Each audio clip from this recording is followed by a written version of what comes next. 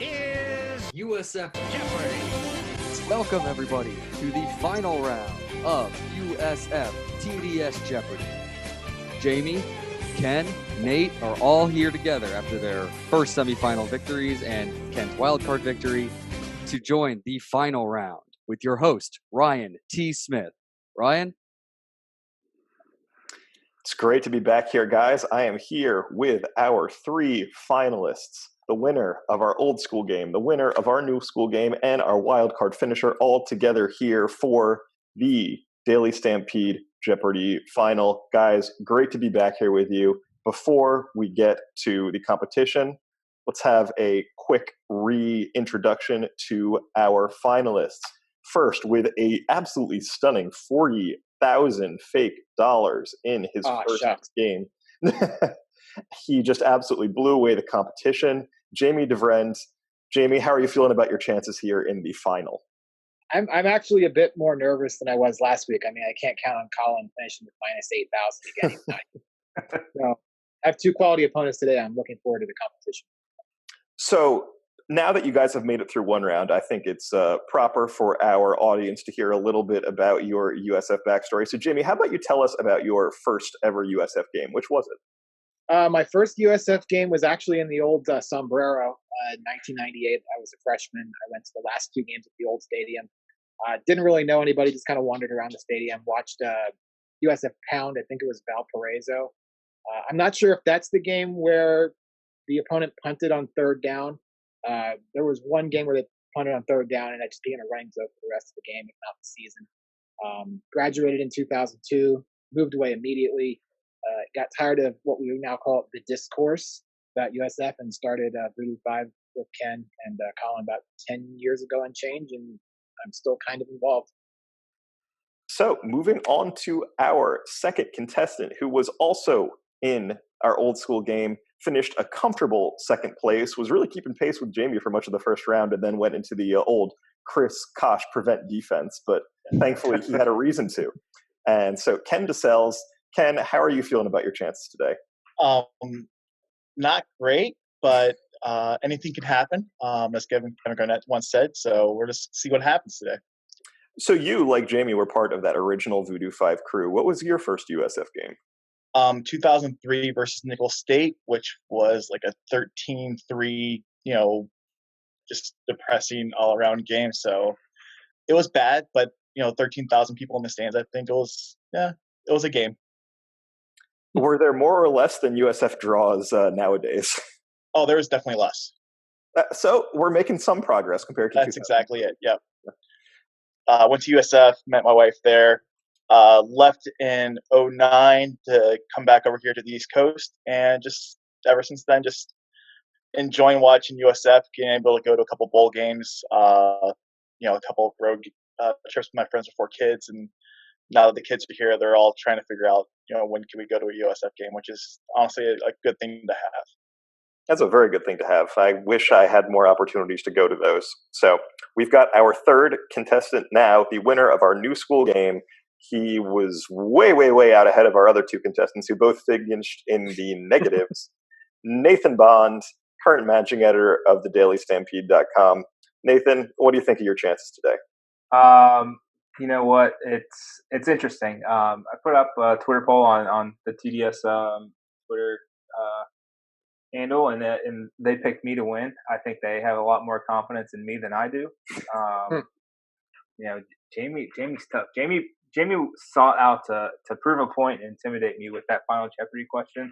He knows exactly what he was doing. I think he asked, what was my score, and he wanted to make sure he kind of blew me out of the water. So it's going to be interesting, who's got the better trigger finger. I think that may be what it comes down to. And what was your first USF game, Nate? 2001 against Charleston Southern, maybe. I don't know. I know it's like in 2001. I went with my best friend, who was also our former podcast sponsor. He took me to my first USF game, and it's been a love-hate relationship ever since. That sounds like it about sums it up. So without further ado, let's get into our categories for the day. Starting out with hashtag beat 'em down, all about a game in which USF blew out their opponent or the opponent blew out USF. Second category, AAC foes. All questions revolve around either a team that USF plays in the American Athletic Conference or a specific game or incident with one of those teams. Next category, Friday Night Lights. Last week we had Thursday Night Blues. This one's a little bit better, about games that USF has played on Fridays, which generally have gone much better than the Thursday variety. Next, we have famous touchdowns. Not necessarily the most important touchdowns in USF history, though they may be, but touchdowns that stuck in our head for some reason. And the last of the first round is Miss Independent, all talking about the seasons in which USF was a Division 1A or now FBS independent, those 3 seasons. So we'll start with our winner from the first round. I think it's fair to let you control the board. Jamie, why don't you get us started? Beat him down for 600. 600, okay. This running back had a career day against FAMU in 2011, accounting for over 220 yards and 4 touchdowns, as USF hung a 70-burger on the Rattlers. Nathan. Who's Darrell Scott? That is correct. That was the most unfair USF game ever. It truly was. That was the game that BJ stiff-armed a dude and then like threw a rope. He yanked him to the ground on us. Like the guy didn't get blocked, and BJ just yoked him to the ground and threw it back. It was incredibly rude. Let's go beat him down 800. All right. In 2007, USF raced to a 37-3 lead over this non-conference foe en route to their second win in 2 seasons over them. Nathan. Who is UNC? Correct. And you're up 1,400.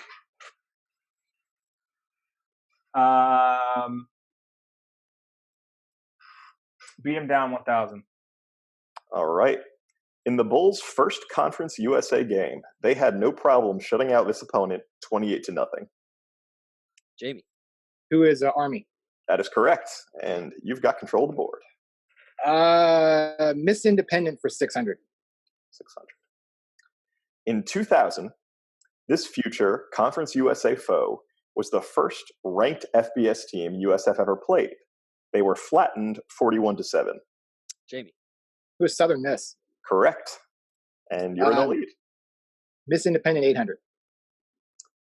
An ECU win over Cincinnati meant the 2002 Bulls were deprived of a bid to this bowl game. Jamie. What's the Hawaii Bowl? And that is so sad, and that is correct. We would have lost so much money going to that game. But we would have had so much fun. So much fun and so many memories. Miss Independent 1,000. A win over this team in 2000 was the first of a 21-game home winning streak for USF. Jamie. Who is Jacksonville State? Incredible. That is correct. Wow. I was doing a little study beforehand, and I saw that. And it was like one of the last things I looked at before we started the game. Tight. Good instinct. I got lucky on that one. Famous touchdowns for 800. 800. In 2012, he caught the first of 2 deep touchdown heaves from BJ Daniels to salvage a miracle win against Nevada out of thin air. Jamie. Who is Andre Davis? He caught the second. Incorrect. Oh, I know who the first one was. This was Ken. I thought it was Davis. I'll take a shot. Nate. Sterling Griffin. Incorrect, unfortunately. Chris Dunkley. The answer is Chris Dunkley. Oh, Dunk, man. Wow. I should have listened to the clue more carefully. And then, Jamie, I believe you are still in control. Yeah. Hold up. Sorry, I want to tell a quick story about that Nevada Please. game. So I was sitting in a Chili's with my best friend and his future wife, and they didn't have the game on TV. So I was following along on the ESPN, like the scroll, like the app or whatever, like on like the internet on my phone. And when I saw like the touchdown, I like screamed, "Fuck yes!" in the middle of Chili's. Everyone looked at me. The waiter hated us. It was so bad, but oh god, it it was such a relief, but embarrassing nonetheless. Second, yeah, I was actually at that game in Reno. I have about 10 funny stories from that game. Either me wanting to leave with 7 minutes left when Skip punted down 11 at midfield. I don't blame you. Because I had a winning bet that I wanted to cash. And also one of our friends of the blog during the last USF drive having to be like kind of fenced in by one of the USF staffers in the stands and trying to charge the field and yell at Skip Holtz. I think we all know who that is. I won't name names. I mean, that was a horrifying game, and somehow the most horrifying thing was the fact that we won.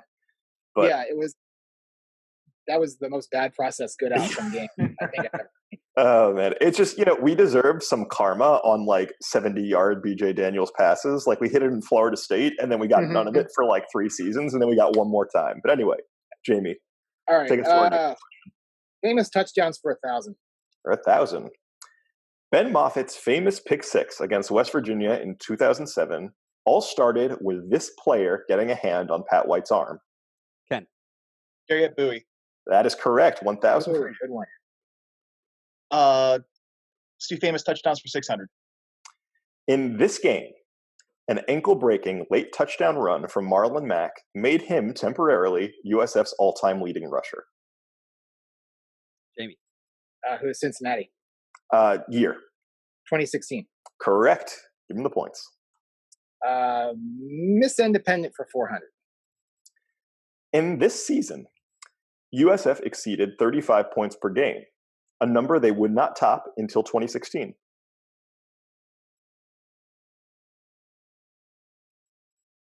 Anybody on this one? Nate? Okay. 98. It's incorrect. Jamie was next. Was 2001? That is correct. I didn't think about it. Boy. Friday Night Lights for 800. Oddly, this 2011 showdown against Louisville was a Friday morning game. Even odder, 2 USF players threw for touchdowns. Bobby Eveld and this player. Jamie. Who's Demetrius Murray? That is correct. Dang. Yeah, that was a 11 a.m. kickoff. Black Friday was awful. That was the first time I actively remember USF's attendance getting mocked. It's only increased from there. It was horrific. I mean, yeah, it was a terrible game. Also, Charlie Strong beat Skip Holtz in a real meeting of the minds. I love that. Friday Night Lights for 1,000. For 1,000. The Bulls trounced Illinois 47-23 on a Friday night in 2017. And this receiver had the best game of his USF career with 93 yards in the first of his 2 career touchdowns. Nate. Oh damn! Man, I'm gonna go negative. I was gonna say Rasheem Bronson. It's not Rasheem Bronson. That's not it. Damn. I got nothing. Anyone else on this one? No way. All right. The answer is D'Angelo Antoine. Oh man, D'Lo. Good for him. Go Owls. Friday Night 600. All right. In a Friday night misfire in 2004, Pat Julmist went 3 for 20 passing as the Bulls were blitzed 41-9 by this team. Jamie. Who's Louisville? That's correct. And you've got a lead. Wow. Shocking. There's a lot of time left. We don't know where the daily doubles are yet. AAC foes for 800. And you just found it. Look at that. Yes. I'm happy to tell everybody that there was only one daily double in the first round this time around. So there's not another one hiding. So here's your question. The Bulls I got a bet first, don't I? Yes, I'm sorry. I was just about to give you a daily double for 0 money. 2,000. 2,000? All right. Yes. The Bulls have never dropped an AAC game against these 2 opponents. Who are UConn? Ooh, and I'm running through them all, trying to think of who it is. It's not SMU, it's not Houston, it's not Tulane, it's not. We'll have to call a shot clock soon, but give you 5 more seconds. And all right, we'll call it there. Yeah. The answer to that one was Tulsa was the other team. Oh, yeah. But you were correct on UConn. I mean, yeah. All right. That sucks. AAC foes for 1,000. For 1,000. This is a two-parter. In the Bulls' first 2 AAC games ever, they came away with this many wins and this many offensive touchdowns. Jamie. What is 2 and 0? Remarkably, yes. And you got your 1,000 right back. That was the UConn. That was probably the worst USF game ever, and then Cincinnati, where they had a blocked field goal and I think an interception or a fumble. Friday Night Lights 4. In a 38-30 win over Cincinnati in 2010, BJ Daniels shattered this single-game USF record, which still stands today.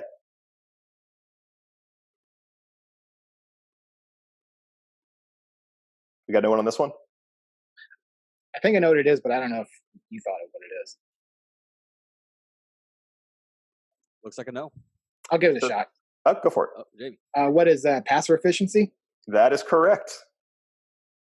Because he threw like 4 touchdowns and they were all really deep shots. Exactly. Give or take about 13 for 16 for 280 yards. That will give it to you. Ooh. All right.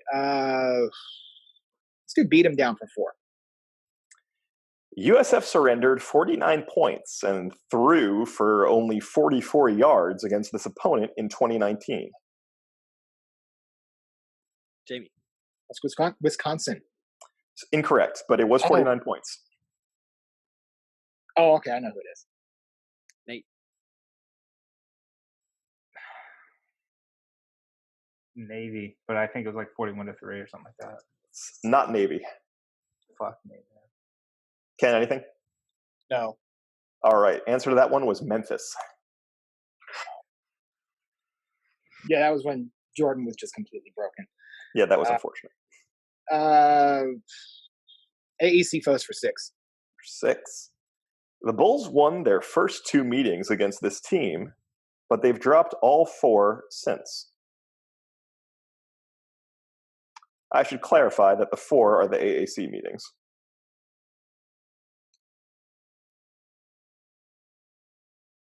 Anyone on this one? Ken. It's not it. It's probably Houston. I don't think That is Houston. Give them the good. points. I was going to say, can I answer for somebody? Celebrity shot? Famous touchdowns for 400. 400. All right. With bowl eligibility starting to look out of reach, a late 67-yard touchdown pass from Quentin Flowers to this player sunk ECU in 2015, and the Bulls never looked back. Jamie. Is Rodney Adams? Correct. It's a safe bet. Let's finish the category. 200. He's the man who threw the touchdown pass to put USF up 64-12 on UCF in 2007. Jamie. Who is Anthony Severino? The legend himself. 4 verts for the 64-12. All right. Miss Independent for 2. The Bulls lost, but this player had a mammoth game in 2002 against Oklahoma with 5 tackles for loss. Ken. Queequeg Mitchell. That is correct. Beat him down for 200. There was some concern in the Bulls' 2015 regular season finale when this opponent scored a field goal on their first drive, but the Bulls scored the next 44. Nate. UCF. Correct. God dang, man, these were tough. Good job. AAC foes 400. USF has only 1 win all time against Navy. In that game, these 3 Bulls ran for over 100 yards. Nate. Who are Dearness Johnson, Quentin Flowers, and Marlon Mack? Correct. 2 in a row.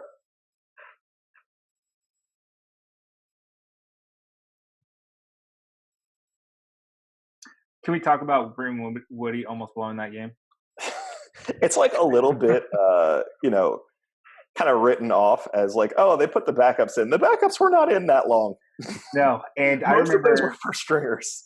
was it last year? What The year Navy before? did was they had 2 receivers who were like 6'6", and they just started heaving jump balls to him every play. They also had a quarterback who's actually a local kid who could actually throw the ball. So Yeah. it wasn't like they were, throwing in a H-back in there. I think it was either the next year or the year after Colin and I interviewed Coach Ken for one of the at AAC Media Days for a conversation, and we talked about that game. Talk about the bear fronts and whatnot. And he was like, I mean, we almost came back. We almost like what was the big difference? Like, how did USF pull away or whatever? And he was like, they had Quentin Flowers.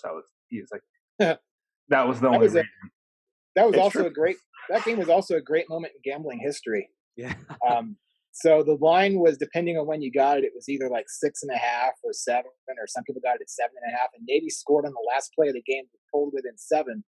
But because the extra point wouldn't decide the outcome of the game, they never kicked it. That was also one of those games where you're just like, Vegas knows so much more than I do, because I remember USF had just gotten beat by Temple, and their defense could not stop anybody running the ball. Just absolutely nobody running the ball. Navy was ranked. Navy hadn't lost in the conference. And you figured that's probably obviously USF was very good that year, but probably a toss-up slight Navy favorite. USF opened a touchdown favorite. And remember, we all thought Vegas was losing it. Lo and behold. Yeah. I think I picked Navy in the points, and that extra point just absolutely screwed me. And that was with Quentin Flowers unsure if he was going to play or not. That's true. Hamstring from the Temple game. And then our first drive, that big touchdown run, everyone felt a lot better. Yeah. All right, Nate, you got 2 options here. Let's close out the category. All right. The Bulls' best conference record in AAC play came in this season. Jamie. It was 2016. Correct. And to finish out the board, a week after being walloped by a late hit, his game-winning field goal clinched an incredible, if embarrassing, comeback win over Tulsa in 2018. Nathan. Kobe Weiss. That is correct. And we have reached halftime here. Jamie, you've got a 3,000-point lead. It's not quite as imposing as some of the others have been. Ken, you're right there with 1,800. Nate, you're still in the negatives, but you are moving on up from where you were a few questions ago. So let's start at the bottom. Nate, how you feeling about things? You know what? I felt like this was kind of going to be the result. I knew I had to kind of come out firing early, try to gain some momentum. But, as I mentioned, these are some really tough questions. I knew I wasn't going to hit on any of the independent questions. I mean, it's just slightly before my time, slightly before I realized USF history and started studying it. So that's just going to be one of those blind spots for me. Ken, you're still right in the running. How do you feel about it? I'm feeling pretty good. I would like a daily double, to be honest, in the next round. That'd be great. But I'm within striking distance, so that's better than what I thought. So that's good. And Jamie, you would have an even bigger lead if not for that tricky daily double. But you have never not gotten a daily double, which is fascinating. You have a sixth sense for these things. Well, I mean, we went through so many clues in the first round. I just happened to be in control when we found the one. That's true.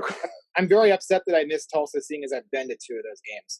I've been to Tulsa twice, which, damn it, that should be worth something. But still, you got a 3,000-point lead. You feeling good about it going into Double Jeopardy? Actually, no. I think the pressure's starting to get to me a little bit. Oh boy, we got a big second half coming here. Let's see our Double Jeopardy categories. All right, so here we go. We've got Overtime Kings. USF has an absolutely sterling overtime record, so we're going to talk about some of those games. We have the very aptly named Ray J, not necessarily about Raymond James Stadium, but about some of the more memorable records or attendance records that USF has set inside it. We have Bull Sharks, all about the 2015 Bull Shark defense, the players, and their best moments.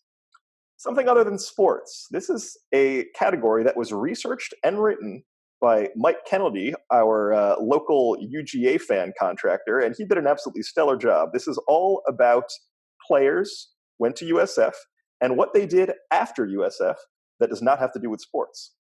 And my personal favorite, backup running back for 2010. Truly, I could not be more thrilled to breach this category. So, anyway, Nate, you are in third place, so why don't you lead us off? Bull Sharks 16. Bull Sharks 16. All right. The Bull Sharks surrendered 3 points against FAMU in the season opener. This was the lowest total they gave up all season until they matched it against this opponent. Jamie. It was UCF. Correct. Starting off with a bang. Oh, hell, let's do it. Backup running backs for 16. Oh, yes. That's what I like to hear. Just to make Ryan happy. This former four-star was one of USF's most highly touted recruits out of high school ever, but he only got 17 carries in 3 seasons and ended his career at Clark Atlanta University. Jamie. I'm going to take a shot at this. Who is Bradley Battles? That is absolutely correct. Well done. Fuck. And you've got a nice lead building here. God damn it. I've got Nate muttering to himself, too. Backup running backs for 2000. 2000, all right. This JUCO transfer only played 1 season for USF, backing up Marcus Shaw. He performed admirably when Shaw was out against Cincinnati, helping the Bulls to a shock victory. Jamie. Who is Michael Pierre? That is a great, great get from you. Absolutely. It was either him or Willie Davis. I was a little concerned there. I'm curious. Something other than sports for 12. For 12. All right. After one of the best NFL careers of any USF alum, this former Bull branched out into acting, making his debut alongside Ice-T in 2013's Once Upon a Time in Brooklyn. Nate. Anthony Henry, let's go. That is correct. Well done. I didn't know he was an actor. That's cool. Yeah. That's so random. A couple weeks ago, I was reading his wiki page. Like, just randomly. You never know what you find things. I know. It's like me finding that Jacksonville State clue. Yeah. And look, you're back in the positives. Let's do something other than sports for 2000. For 2000, all right. This former Bulls tight end only registered 1 catch on the field. But afterward, he had a stint in WWE, became an attorney, and is now running for Nevada's 3rd congressional seat. Anyone on this one? No. I don't blame you. This is an unbelievable question. He is Dan Rodimer. Shout out Mike Kennedy for making an absolute doozy there. That is a great question. That should have been worth like 10,000. Yeah, Nate, keep us rolling. 1600. All right. He started 37 games along the offensive line for the Bulls from 2009 to 2011. Now he performs as an actor at Disney World, including a stint as Gaston in Beauty and the Beast. Jamie. How did I beat you to that? Who's Chaz Hine? That is correct. Shit, I knew that. God damn it. Well, these two Disney stands over here, I could see your screen shaking when you rang in. You were like, ooh, ooh, ooh. Overtime Kings for 1,200. 1,200. His touchdown catch turned out to be the game winner in USF's only ever overtime bowl game. Jamie. Who's Elkanah Dillon? That is correct. South Carolina, 2016. I was so hungover. So hungover. You looked hungover when you did the post game at Whataburger. But what you did the night before netted some money for the IPF. Yeah, so you're welcome. Yep. Overtime 16. 16. And you have found our first daily double of Get in. Do it. Do it. Hell no. 3,200. Do it. All right, 3,200. In 2010, the Bulls went 2-0 in overtime games. The second was over Randy Shannon's Miami team. The first was against this coach. Who's Charlie Strong? Absolutely correct. Enjoy your 3,200. Thank you. And you have opened up a lead that some might say is insurmountable. It is not insurmountable. Ray J for 12. For 12. Don't tell UCF fans, but the War on I-4 showdown in this season had the biggest attendance of the bunch, and most of them were USF fans. Nate. 2007. That is correct. Didn't George O'Leary say there'd be like 30,000 UCF fans at that He game? did. I'm sure. He was off by, I think, about 25,000. Let's do Ray J 2000. And you have come across our second daily double. What are we doing? Well, I mean, at this point, just make it a true daily double. All right. Ray J has only seen a ranked USF host a ranked opponent 3 times. This was the most recent of the 3, and it was still over a decade ago.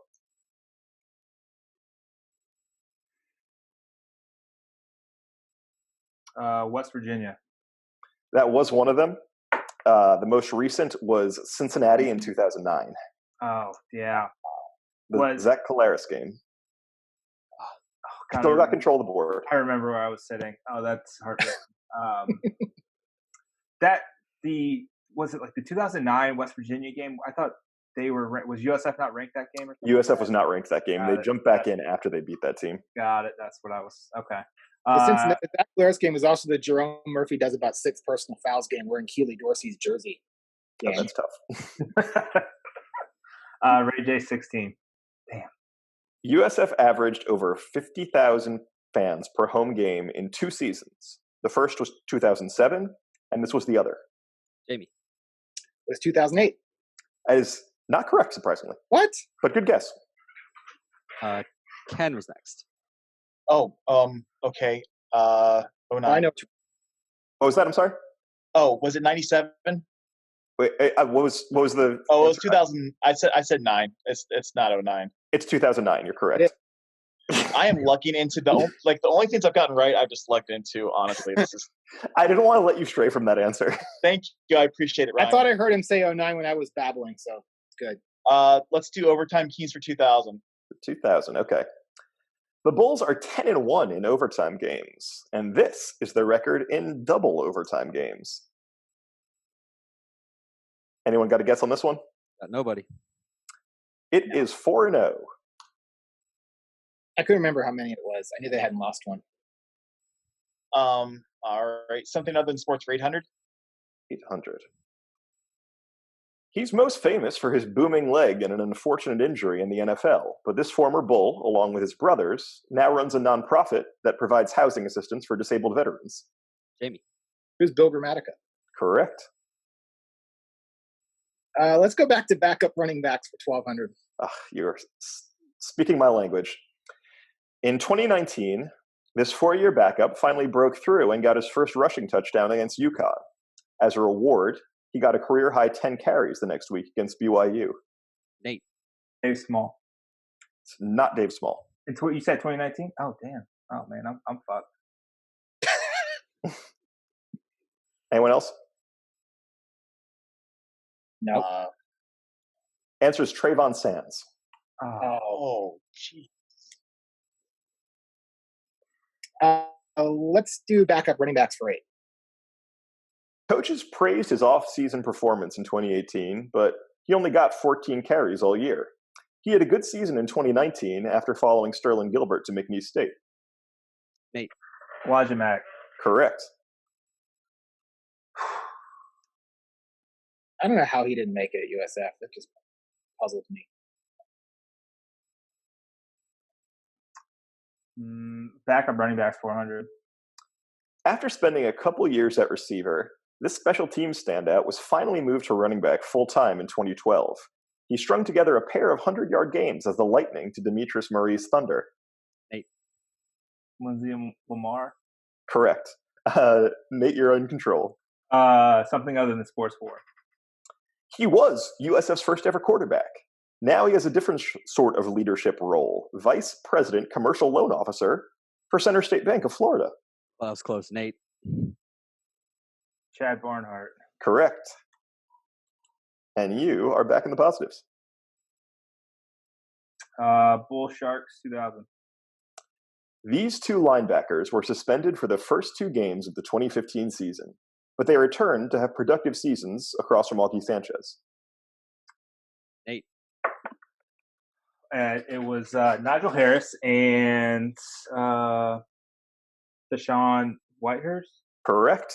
Give him 2000. Bull Sharks 12. He was the only player on the Bull Shark defense to score a touchdown in 2015. It was a pick 6 against Cincinnati, which was honestly kind of unfair. Nate. Dietrich Nichols. Correct. Got yourself on a roll here.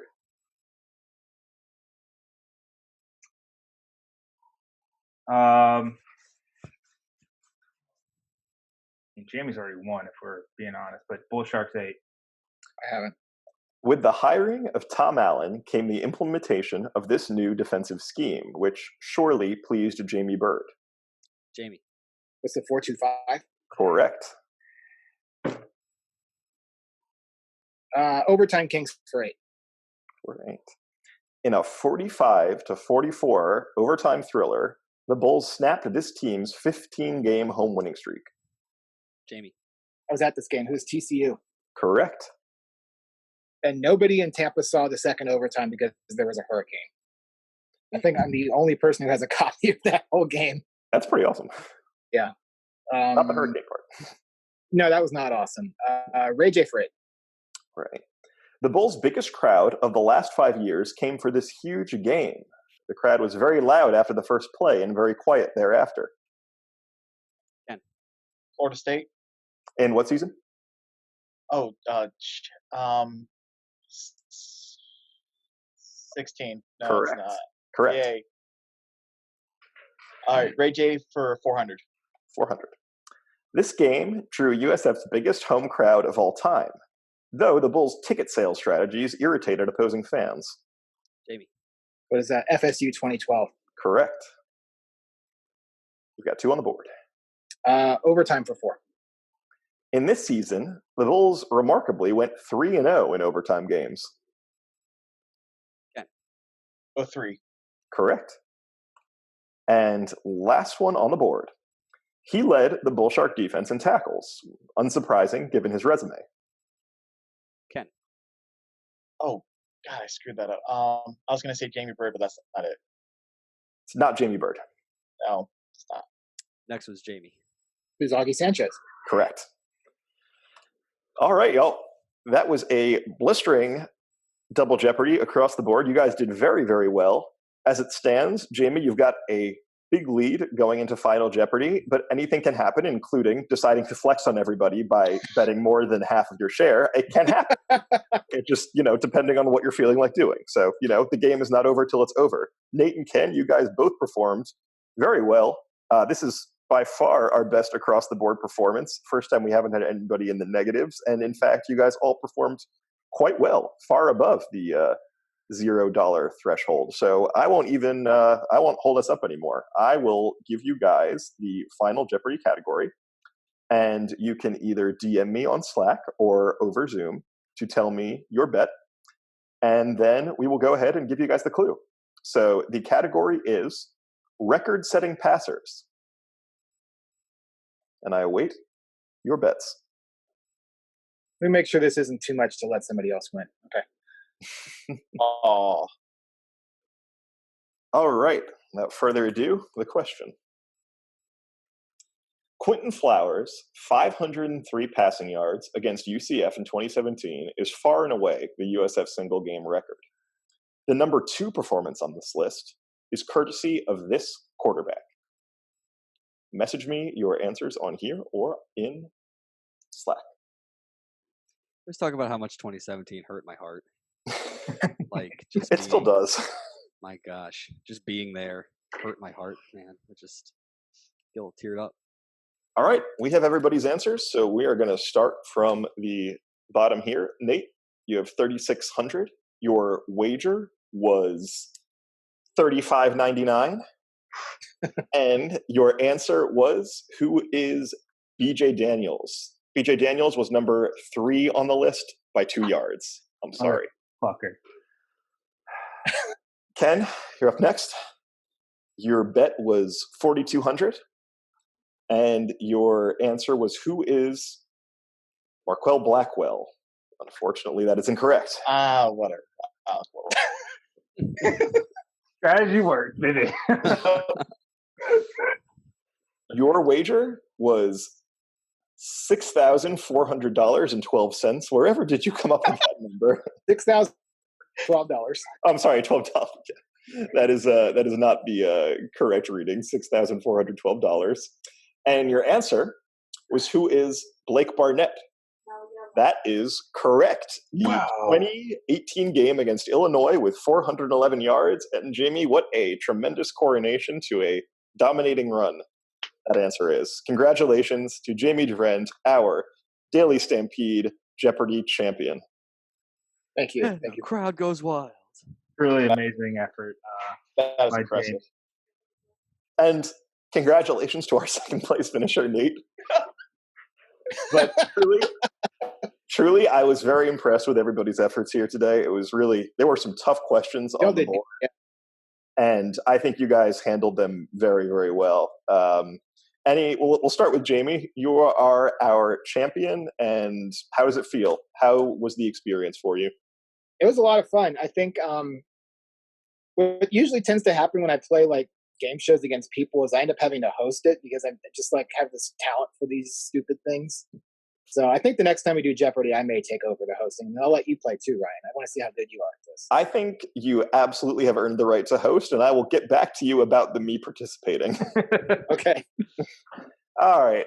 Nate, our second place finisher, you had a tough start today, but I'm telling you, you caught fire in that double Jeopardy. And if you had had that daily double, you might have just gotten yourself into position. You were very close. How do you feel about the performance? Disappointed. I knew Jamie was going to win, but I thought I'd give him a little bit more of a run in that first round. I caught cold and couldn't really catch up. And I think everyone kind of slept on Ken here, and at this point it was just all right. Beat Ken. That's what it really came down to. And Ken, you did a stellar job as well. I mean, you were keeping pace with Jamie in the first round, and you finished the regulation round, so to speak, with 4,200. And, the Final Jeopardy is what the Final Jeopardy is. I think you did great. How do you feel? I should study next time. I just went into here blind, and I think I did well. Just, man, some of those things, some of these years flew right over my head. And I would want to give a shout out to everybody who helped us in putting together this USF Jeopardy. Vito, you've done a stellar job managing the board with our hosting, our co-hosting duties. So I appreciate that. Our competitors who didn't make it to this round, a moment of silence for them. Robert Stieg, Will Turner, both finished with -200, and Colin, I don't know what he finished with, but he tried his best. So it was a pleasure having everybody on, and hopefully we'll do it again next year. And Jamie, I think you have more than earned the right to be the USF Alex Trebek. Thank you, Ryan.